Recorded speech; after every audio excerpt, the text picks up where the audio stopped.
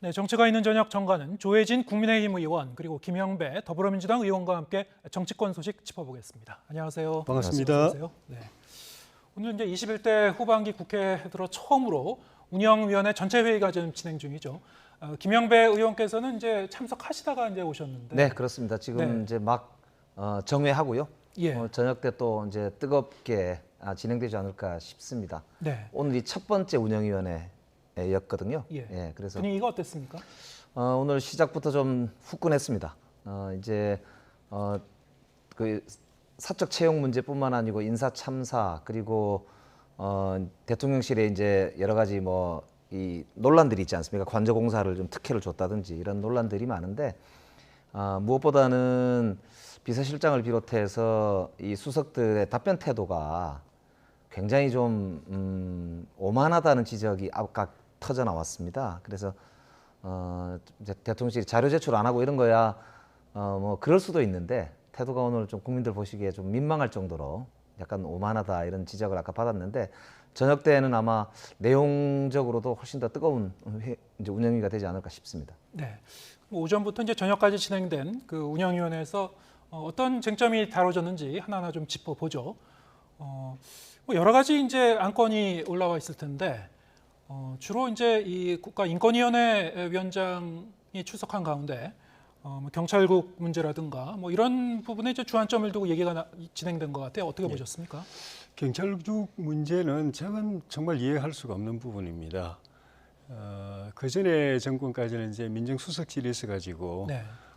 법적으로는 경찰청장이 경찰 인사안을 갖다가 그 행안부 장관에게 이제 그 추천을 하면은 그 행안부 장관이 대통령에게 제청을 해가지고 대통령이 이제 결재하는 그런 형태로 되어 있는데 어느 정권 할 것 없이 그런 공식 라인은 사실상 그 무력화되고 청와대 민정실에서 주로 이제 청와대 파견돼 있는 치안비서관을 매개로 해가지고 경찰청장하고 직접 소통을 해가지고 거기서 웬만큼 다 합의하고 그다음 공식적인 절차는 요식행위로서 이미 정해진 안을 경찰청장이 행안부 장관에게 제출하면 행안부 장관이 대통령에게 제출하고 그러면 사실상 거의 손 안 보고 그대로 그 절차는 요식행위고 실질적으로 그 이전에 물밑 대화로서 다 명단을 확정하고 그렇게 했기 때문에 행안부 장관의 역할이 거의 없었죠. 네. 중간에 요식행위한 과정일 뿐이고 근데 그걸 주도했던 민정수석실을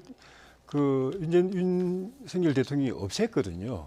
그러니까 이제는 공식 라인에서 제대로 그게 걸러지고 검증이 돼서 대통령에게 올라가야 되는 거예요.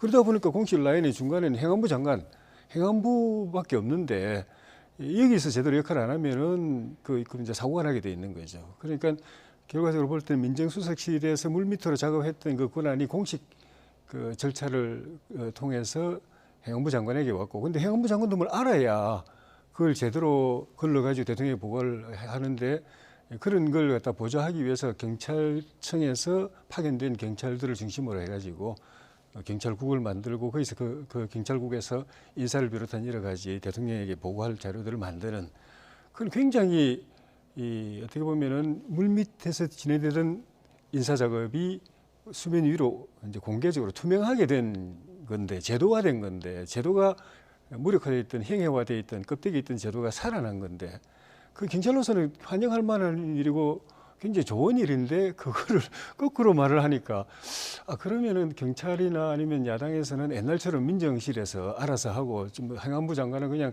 덜 일이만 쓰고 그 체제가 더 나았다는 건지 저는 좀 궁금해요. 네. 조 의원께서는 이제 경찰국이 이 민주적으로 이제 공개적으로 이렇게 경찰을 통제하겠다는 기구인데 왜 이렇게 반대하는지 모르겠다 그런 말씀을 해주셨고 오늘 그 운영위원회에서는 이제 인권위원장이 출석한 가운데 경찰의 뭐 인권 침해 소지라든가 이런 게 대해서 좀 의견을 묻는 그런 과정도 있었죠. 예, 그렇습니다. 오늘 인권위원장이 이제 경찰국 신설 과정에서 이제 국민의 인권이 침해될 소지가 있다는 지적이 있는 것에 대해서 알고 있다. 네. 이런 발언을 하셨는데 이렇습니다. 그러니까 가만히 기억해 보시면은 87년 6월 항쟁 직전에 박종철 학생을 고문치사하는 과정에서 그 당시 치안본부죠. 내무부 산하에 있던 그러니까 경찰이거든요. 치안본부장이 발표를 그렇게 합니다. 그러니까 탁 치니까 억하고 죽었다. 그러니까 정말 말도 안 되는 경찰의 발표였지 않습니까? 국민들이 분노하고 87년 6월 항쟁이 일어났어요. 그리고 이제 91년도에 결국에는 여야 합의로 그 당시 대통령이 이제 노태우 대통령이었거든요. 여야 합의로 국회에서 내무부에서 치안 업무를 삭제하고 치안국을 없애는 법을 만들었습니다. 그리고 31년간 진보 보수 정권 없이 모든 정부가 이 합의를 존중해서 행안부 장관 밑에 경찰위원회를 두고 그 경찰위원회가 경찰 업무를 보면서 이 견제와 균형의 원리에 의해서 작동하도록 하고 경찰 인사와 관련돼서는 재청권을 행안부 장관이 행사를 하면서 전체의 이 정부의 거버넌스를 만들었던 것입니다. 그런데 이제 와서 행안부 장관이 경찰국을 갑자기 만들겠다고 하는 것은 아무리 봐도 검찰에 있는 수사권이 경찰로 넘어가니까 검찰만 가지고는 권력기관 장악이 안 되겠다고 하니까 정권에서 자기 입맛대로 경찰의 수사권을 장악하고 결국에는 권력기관을 자기 정권의 입맛에 맞게 활용하겠다고 하는 것밖에 더 되겠느냐. 그러니까 만약에라도 이거를 경찰국을 꼭 신설해야 되겠다는 합리적 이유가 있다면 법을 바꿔서 하면 되는 것이거든요. 그런데 아까 말씀드린 대로 경찰법 91년도에 만들어졌던 그 경찰법에 이제 있는 조항은 고치지를 않고 시행령으로 하는 것은 이거는 명백하게 헌법과 법률에 위반되는 시행령 쿠데타입니다. 그렇기 때문에 오늘의 이제 우리 운영위 과정에서 많은 지적들이 있었거든요. 그래서 정말로 경찰이 이제 다시 국민에게 봉사하는 그야말로 민중의 지팡이가 되도록 하는 그런 경찰의 지난 30년의 역사를 물어돌리는 이런 진짜 사실상 시행령 쿠데타는 중단돼야 된다. 이런 네. 취지로 이제 많은 지적을 했었던 것이고요. 특히 이제 오늘 의미가 있었던 것은 국가인권위원장께서 거기에 대해서 굉장히 시민사회 의견을 잘 듣고 있고 또 국가기관으로서 필요한 역할을 하겠다는 말씀을 하신 것에 굉장히 고무적인 그런 이제 저는 느낌을 받았습니다. 네. 자, 이런 그 경찰국 관련 그 논의가 계속 이어졌는데 운영위에서는 이제 대통령실도 이 여러 가지 이제 이슈가 되고 있으니까요. 네네. 뭐 대통령 관저공사라든가 사적 채용 의혹도 쟁점인데 그런 문제는 어떻게 좀 저녁 이후에 많이 다뤄지게 되나요? 오늘 이제 앞에 경찰국 신설 문제를 포함해서 국가인권위원회 업무에 대한 질의가 좀 많다 보니까 네. 대통령실이 지금 결산 관련된 회의가 거의 5시 가까이 돼서 시작이 됐습니다. 그래서 본격적인 질문은 아마 8시부터 시작될 것 같은데요. 조금 전에 저도 이제 김대기 비서실장한테 여러 가지를 질문하고 왔습니다만 이제 대통령실이 현재 사적 채용 문제부터 시작해서 친인척 채용 그리고 관저 공사를 김건희 여사와 함께 일하던 업체한테 몰아줬다 수익이 하겠다 이런 의혹부터 시작해서 인사 참사를 초래했던 인사 라인이 전부 검찰로 돼 있어서 도대체 견제도 안 되고 이 인사 참사를 누가 책임질 거냐 이런 문제들에 대해서 아까 많은 뜨거운 지적들이 있었고요. 마지막으로 이제 김은혜 수석이 아까 홍보수석으로 임명된 데 대해서도 이렇게 지적이 있었어요. 왜냐하면 선거 과정에서 재산 신고를 의도적으로 15억 가까이 누락해가지고 그 투표장 밖에다가 이렇게 표시를 하는 아주 이례적인 상황까지 맞이한 그런 이제 부적격자를 이렇게 홍보수석으로 다시 회전문 인사를 하는 게 과연 윤석열 대통령이 말하는 공정과 상식이냐 이런 지적도 있었거든요. 그래서 오늘 국민들 앞에 좀 속 시원한 그런 이제 지적과 답변이 있을 것으로 그렇게 기대를 하고 있습니다만 좀 저녁 때 지켜보셨으면 좋겠습니다. 네. 지금 말씀하신 그런 그 대통령 관저공사 문제라든가 아니면 사적 채용 의혹 이와 관련해서 이제 이 민주당 쪽에서 국정조사 연구소를 국정조사 요구서를 이제 제출을 한 바 있죠.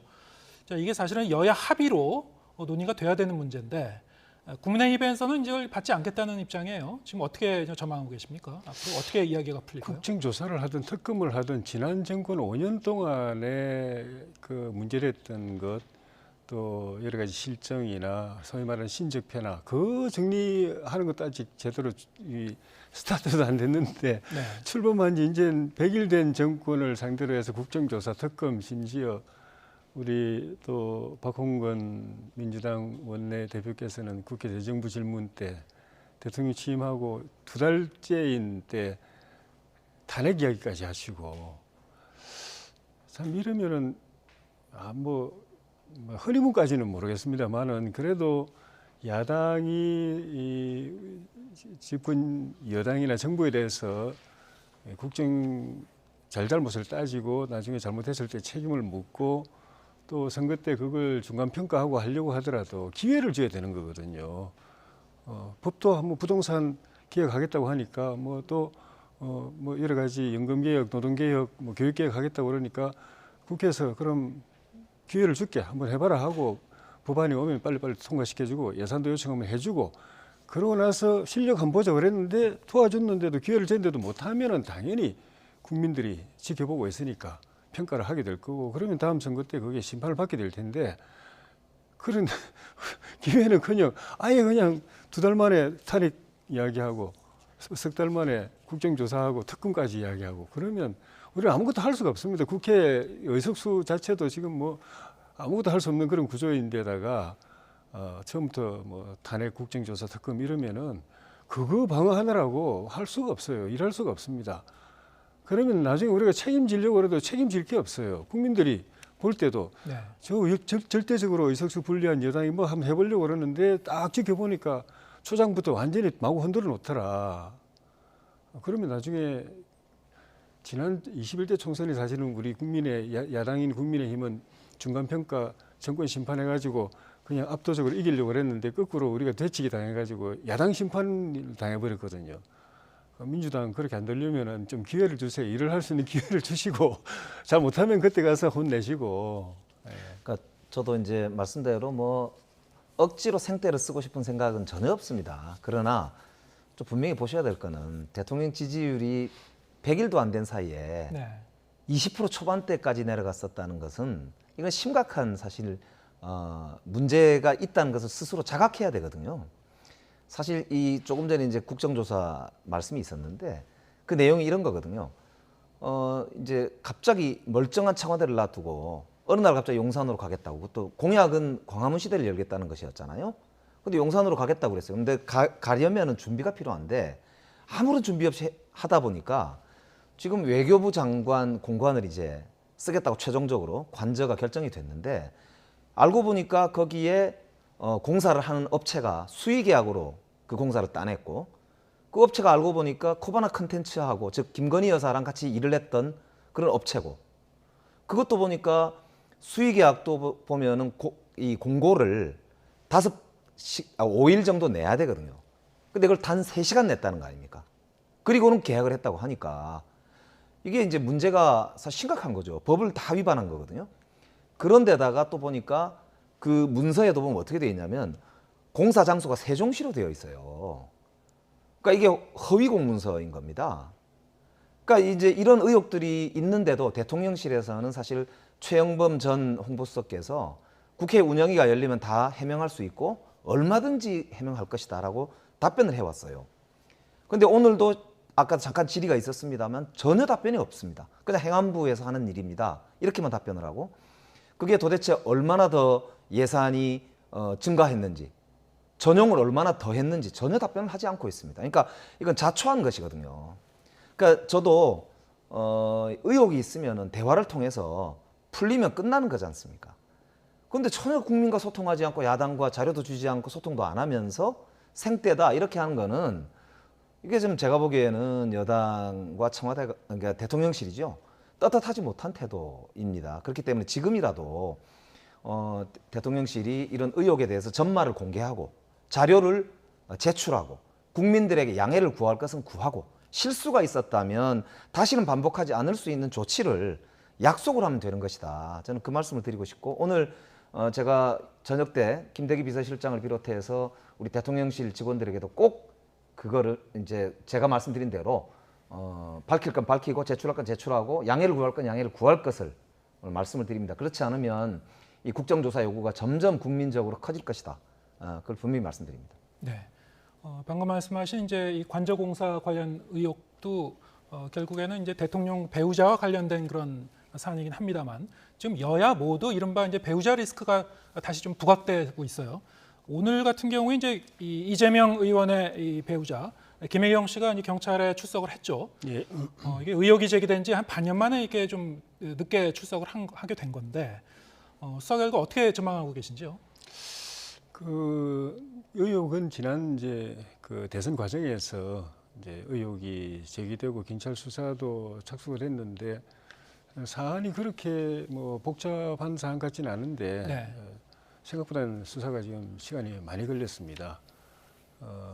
그 이제 예를 들면 뭐 대통령 이재명 후보가 대선 출마 선언하고 나서 직후에 그 김혜경 여사가 이제 서울 시내에서 지인 3명하고 식사를 했는데 그 중에 본인은 이제 그 이재명 후보 캠프의 카드로 결제를 하고 나머지 뭐 3사람은 다르게 다르게 이제 결제를 했다고 그러는데 그런 해명을 했는데 오늘 이제 출석을 했으니까 그걸 포함해서 여러 가지 의혹에 대해서 다 이제 질문 답변하고 진술을 받고 뭐 확인한 가능한 범위 안에서 이제 확인을 했겠지만은 우리 상식으로 볼 때 4명의 지인이 식사를 했는데 각자 더치페이도 아니고 한 명은 뭐 자기 캠프에 남편 후보 사무실 카드로 계산하고 나머지 3명은 뭘로 계산했는지 잘 모르겠다. 나중에 알아보니까 경기도 법인카드로 했다고 그러더라. 근데 난 그것도 몰랐다. 이렇게 말하는 게 상식이 안 맞는 일이죠. 그래서 그에 대해서 오늘 뭐 경찰에서 충분히 뭐 사실 확인을 했을 거고 나머지 또 여러 가지 의혹들이 있고 또 이미 보도가 됐지만 그 과정에서 또 참고인 조사를 받은 사람이 또 불의의 그런 이제 사망을 하는 일도 있고 그런 것들이 이 국민들이 볼 때는 이재명 후보와 그 가족과 관련된 여러 사건들에는 우리 상식을 뛰어넘는 일들이 계속 발생을 하니까 그 전모가 사실은 궁금한 거예요. 어떤 일이 작용을 하길래 무려 4명이나 사람이 죽어나가는 그런 일은 전례가 없거든요. 본인은 아무 알지도 못하고 이재명 후보 본인부터 알지도 못하고 관계도 없고 아예 그냥 전혀 무관한 일이라고 하는 일에 전혀 세상에 없었던 그런 그 비극적인 일이 계속 발생을 하니까 사실은 그런 배경까지도 철저하게 규명이 돼야 국민들이 납득을 할 수 있을 것 같아요. 법적인 책임은 물론 당연히 그 확인되면 책임을 져야 되겠지만은요. 네. 근데 이 사건이요. 생각보다 너무 많이 부풀려져 있습니다. 그게 뭐냐면 오늘 김혜경 여사가 출석한 핵심적인 내용이 뭐냐면 금방 얘기했던 대로 딱 한 건인데요. 김혜경 여사와 나머지 3명이 밥을 먹었고 26,000원 그거는 이재명 후보 캠프의 카드로 김혜경 여사 본인 식대는 계산했고 나머지 3명 거는 따로 계산이 됐다. 그런데 이 3명께 경기도 법인 카드로 이제 계산이 된 것이다. 즉 78,000원 사건이거든요. 3명 곱하기 26,000원 하니까요. 그게 이제 민주당 그 예비 경선이 끝난 직후에 맞습니다. 어떤 특정 날짜에 그렇게 했다는 맞습니다. 그런 부분이 있고. 그래서 그 한 건 그거 외에도 이제 뭐 사적인 심부름이라든가 아니면은 근데 그거는 김혜경 여사와 관련해서 이 관련성이 지금 입증된 게 없어서 네. 제가 보니까 오늘 경찰 조사 내용에는 포함이 됐는지 안 됐는지를 확인해 봐야 되는데 돼 있지 않은 것으로 제가 지금 보이는데 그건 확인해 추정을 하신다는 거죠. 해봐야 저희 되겠는데요. 이제 기자 이 리포트에서는 그런 포괄적인 그런 내용을 포함해서 아마 조사가 이루어질 것으로 보인다 이렇게 저희가 전했습니다. 물어는 볼 수는 있겠지만 아마 근거 있게 그게 조사가 된 것 같지는 않다는 게 저희들이 지금 현재 생각하고 있는 그 내용인데요. 어쨌든 이 78,000원 요 달랑 이걸 가지고 지금 6개월 이상을 한 나라의 대통령 후보자와 후보자 배우자에 대해서 마치 법카 이러면 큰 문제가 있는 것처럼 지금 부풀려서 이용하고 또 이용해 왔단 말입니다. 그 이제 다음 달 9일이 공소시효니까요. 그러니까 공소시효 기간 동안 내내 우려먹은 거거든요. 그래서 저는 이 내용도 뭐 사실관계를 더 확인해야 돼서 어떤 문제가 있는지 법적으로 김혜경 여사 직접 책임질 부분이 어느 부분인지를 확인해야겠지만 지나치게 좀 부풀려져 있다 이런 말씀을 드리고 싶고 또 한편으로는 이제 아까 말씀드렸던 대로 다른 여러 가지 수사들도 승자가 패자를 이렇게 지나치게 가혹하게 권력기관을 활용해서 참 진짜 우려먹는다 이런 말을 듣지 않으시려면 검찰과 경찰이 빨리빨리 끝내고 털건 털어주는 게 저는 그런 이제 국민적 의심을 지울 수 있다 이런 뭐 말씀도 좀 동시에 드리고 싶습니다. 네. 수사 결과가 아마 다음 주쯤이면 나오지 않을까 이렇게 전망하고 있는 것 같은데요. 이제 통상적으로 정치적으로 이용을 내용은 별로 없는데 네. 악의를 가지고 정치적으로 이용하려고 하는 것 같은 경우에는 중간에 계속 이걸 언론 플레이를 하거든요. 자꾸 소환하고 부르고 뭐 영장도 치고 또 무슨 슬쩍 또 언론에 흘려가지고 또 기사 나가게 하고 이런 식으로 하는데 그동안엔 거의 제가 볼 때 수사가 진행되나 안 되나 싶을 정도로 앞부분에 말씀드렸지만은 이 독자 한 사람으로서 사건을 보도를 통해서 보면은 복잡한 사건이 아닌데 물론 여러 가지 사건들이 같이 연결되어 있어 가지고 그걸 뭐 동시에 다 확인하려고 하는 건지는 모르겠지만은 예를 들면은 뭐 저기 경기도 그 개발공사 그 저기 보유주택 거기 이제 그 후보 이제 집 근처에 있고 그 법인카드로 결제된 여러 가지 음식이 대량으로 그 식구 수하고는 관계없이 어마어마한 숫자 그 양의 주문이 들어간 걸 보면은 그쪽하고 뭐 그쪽이 무슨 캠프였나 이런 의혹도 있으니까 의혹이 제기된 건 이번에 한꺼번에 다 한번 확인을 이제 할 필요가 있다고 생각이 드는데 그런 것 때문에 시간이 많이 걸렸나 싶기도 하지만 어쨌든 막 전형적으로 별 사건은 내용도 없는데 흠집 내려고 언론을 통해서 의혹 부풀리고 하는 그런 형태는 또 아니었거든요. 조용히 지금 나올 때쯤 됐는데 왜 발표를 안 하지? 왜 소환 조사를 안 하지? 이제 소환 조사.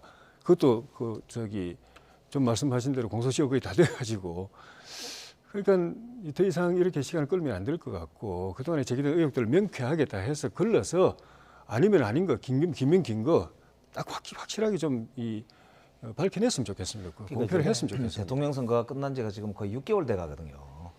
중간에 지방선거가 있긴 했지만 사실 대통령 선거 기간 중에 제기된 의혹들인데 뭐 수사기관의 여러 가지 어려움이나 애로를 생각하더라도 저는 새 정부가 들어선 직후 정도는 이런 수사들이 다 끝날 수 있었던 단순한 건들도 많단 말입니다. 그러니까 이게 이제 우리 당의 입장에서 보면 야, 해도 너무한다. 이걸 이렇게까지 그렇게 늘어놓고 질질 끌면서 활용할 건가 이런 이제 사실 느낌이 안 들 수가 없습니다. 그렇기 때문에 저는 지금 이제 경찰과 검찰이 자기 조직을 위해서라도 오히려 빨리빨리 정리할 거 정리하는 게 옳다. 그말 거듭 드리고 싶네요. 예. 저희가 이제 여야의 이제 배우자 리스크가 부각되고 있다고 제가 말씀드렸습니다만 관련해서 이제 특별감찰관 제도도 이제 여야 간의 좀 합의하에 추천이 이루어지는지 그것도 좀 이 사정을 들어보면 좀 간단하지는 않은 것 같습니다. 여러 가지 뭐 몇 가지가 이제 연계돼 가지고 여야 간에 좀 더 논의가 필요한 것 같은데 그 문제는 이제 다음번에 또 두 분 모시고 좀 심도 있게 얘기해 보도록 하겠습니다. 오늘 말씀 여기까지 듣겠습니다. 조혜진 국민의힘 의원 그리고 김영배 더불어민주당 의원과 함께했습니다. 고맙습니다. 고맙습니다. 고맙습니다.